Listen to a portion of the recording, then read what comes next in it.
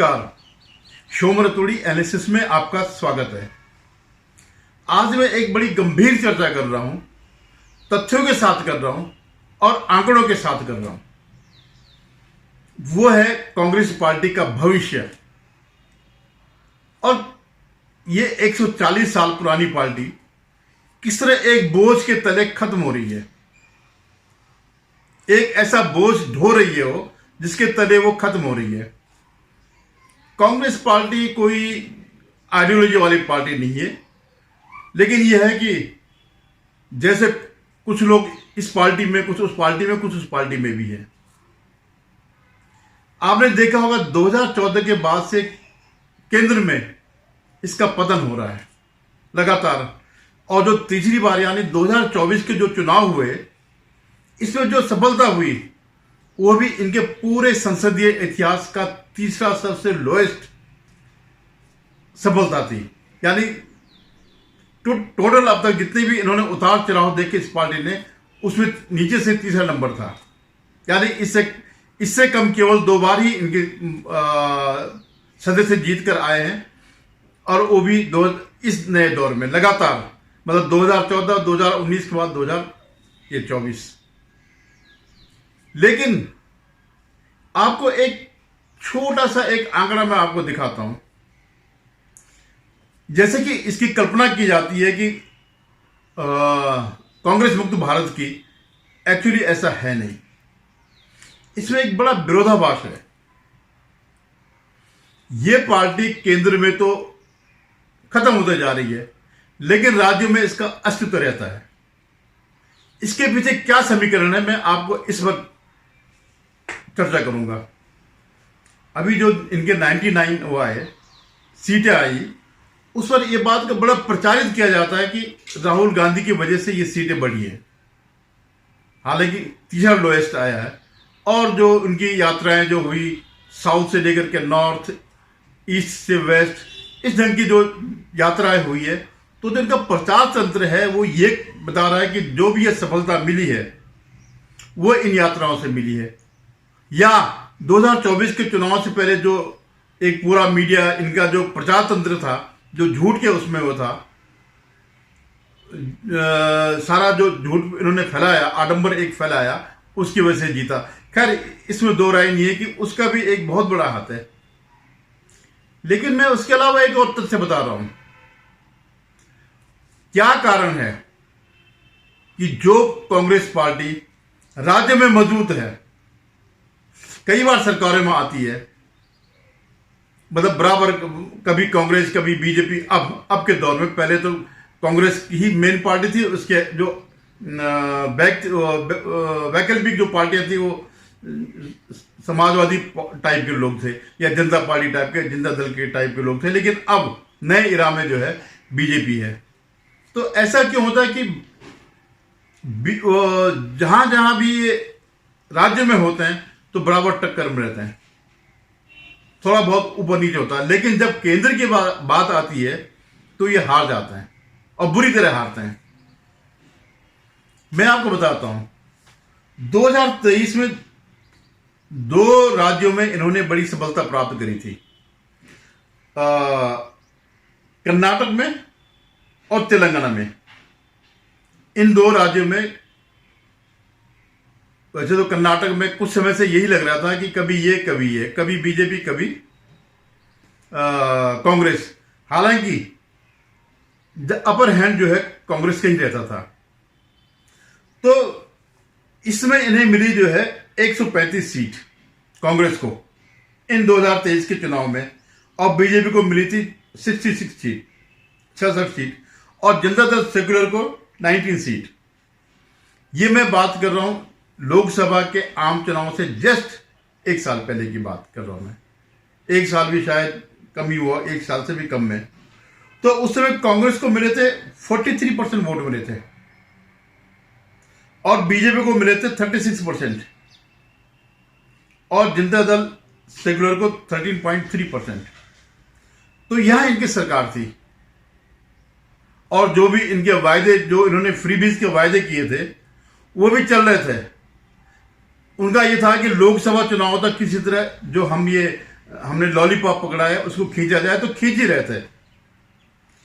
लेकिन जब लोकसभा के चुनाव हुए, पहले आप देखिए, फर्क देखिएगा, 135 सीट कांग्रेस की और 66 सीट जो है बीजेपी की, यानी लगभग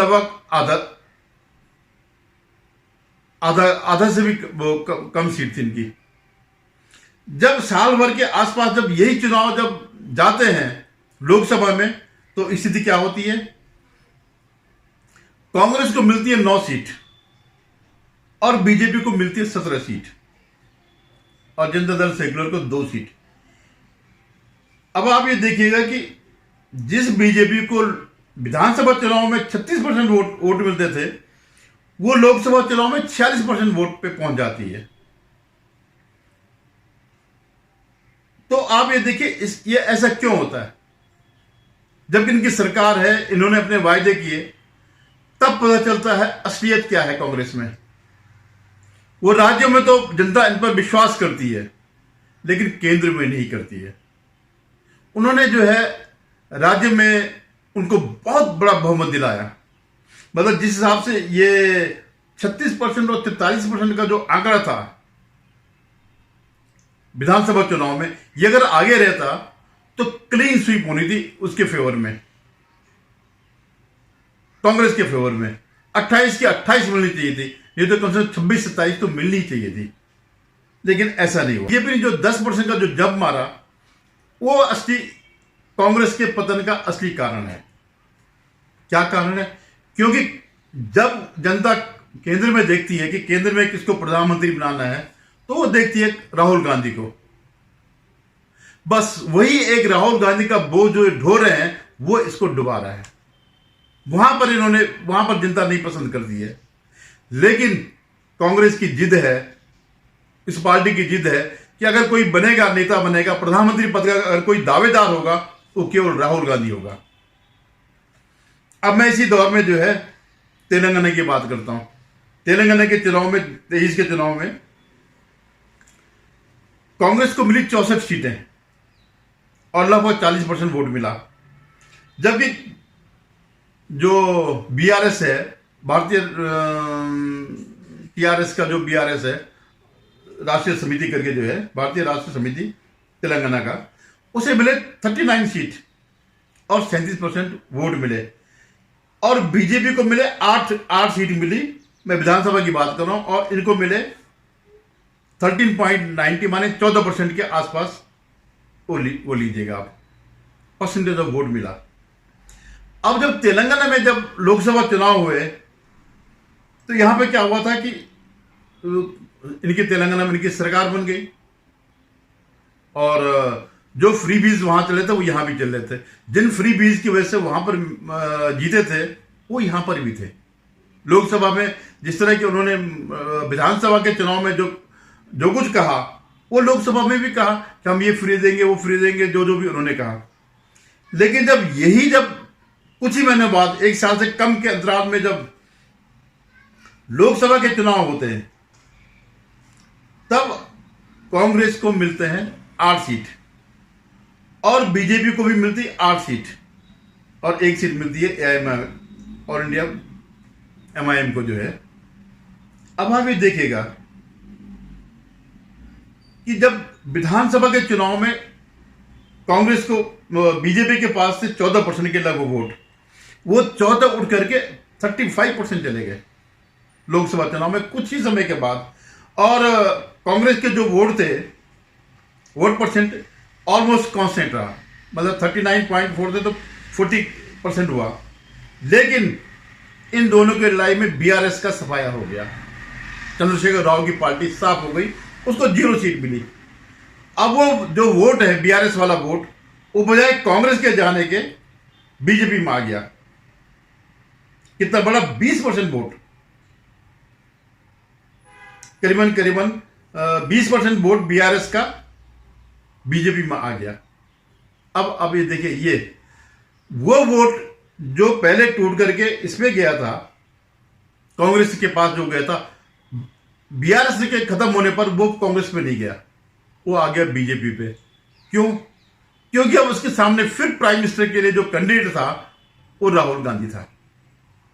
तो बीजेपी ने 20% का गेन किया विधानसभा के मुकाबले, जबकि सत्ता में वहां पर तेलंगाना है, तेलंगाना में सत्ता में कांग्रेस है।